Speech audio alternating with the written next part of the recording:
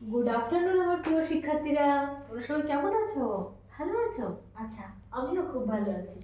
আচ্ছা, তোমরা সবাই ঋতু সম্পর্কে জানো তো? বলো তো তাহলে আমাদের কটা ঋতু? তুমি বলো। হ্যাঁ, ঠিক বলেছো, আমাদের 6টি ঋতু।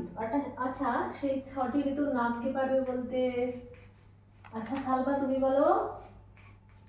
হ্যাঁ, ঠিক বলেছো, গ্রীষ্ম, বর্ষা, শরৎ, হেমন্ত, শীত আর বসন্ত। আজকে জানো তো আমরা এই ঋতু নিয়ে খুব ভালো একটা পড়া আমাদের বইতে আছে, সেটা একসাথে খুব মজা করে সকলে জেনে যাবো, কেমন?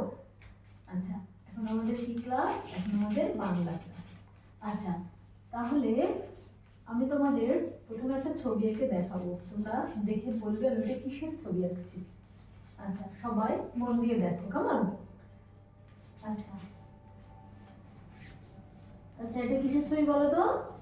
হ্যাঁ, ঠিক বলেছো, এটা গাছ। আচ্ছা, এটা কিসের ঘর? দেখে কি মনে হচ্ছে? খড়ের ঘর, এগুলো খড়ের ছাউনি।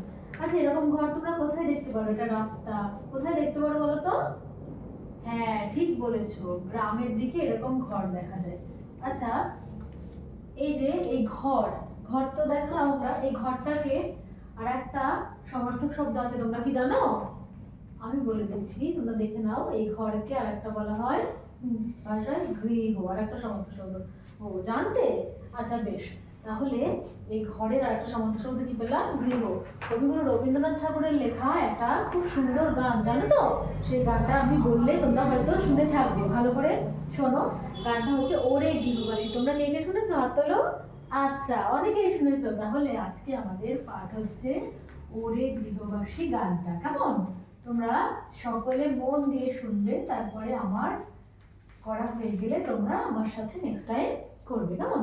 দেখো, আমি গানটা তোমাদের করে দেখাই, তারপরে তোমরা আমার সাথে করবে।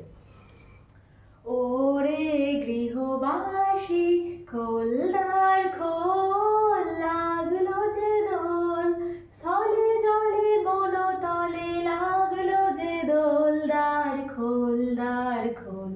ওরে গৃহবাসী, রাঙা হাসি রাশি রাশি অশোকে পলাশে, রাঙা নিশা মেঘে মেশা প্রভাত আকাশে, নবীন পাতায় লাগে রাঙা হিল্লোল, দ্বার খোল দ্বার খোল।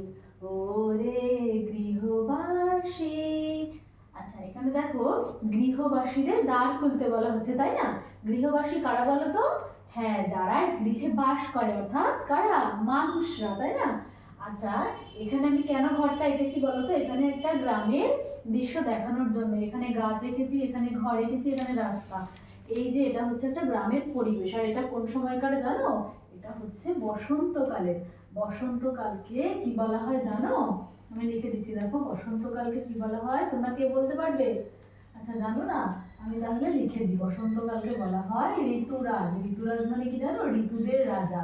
তার মানে বসন্তকাল হচ্ছে কালীদের মধ্যে কি সেরা, খুব সুন্দর। এই সময় গাছে গাছে ফুল ফোটে, দেখো আমি ফুল এঁকেছি, গাছে গাছে ফুল ফোটে আর কি পাখি ডাকে। আর এই সময় রঙের উৎসবে মেতে ওঠে সারা বিশ্ব, কেমন?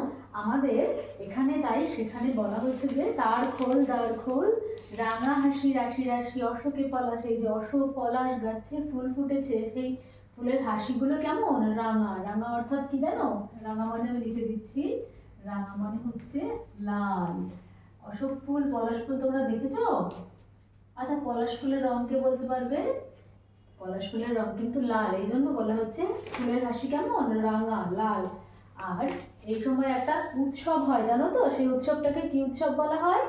বসন্ত উৎসব। বসন্ত উৎসবে হোলি খেলা হয়।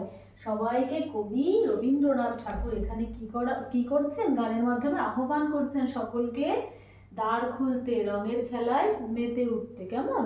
সবাইকে সেই রঙের খেলায় সামিল হয়ে আহ্বান জানিয়েছেন কবি। তাহলে আজকে আমরা এই গানের এই অংশটুকুই জানলাম, বাকি অংশটা থাকলো আমরা পরবর্তী ক্লাসে জানবো। আজকে আমরা এটুকুই জানলাম। তোমরা সবাই এই গানটা বাড়িতে অভ্যাস করতে পারো।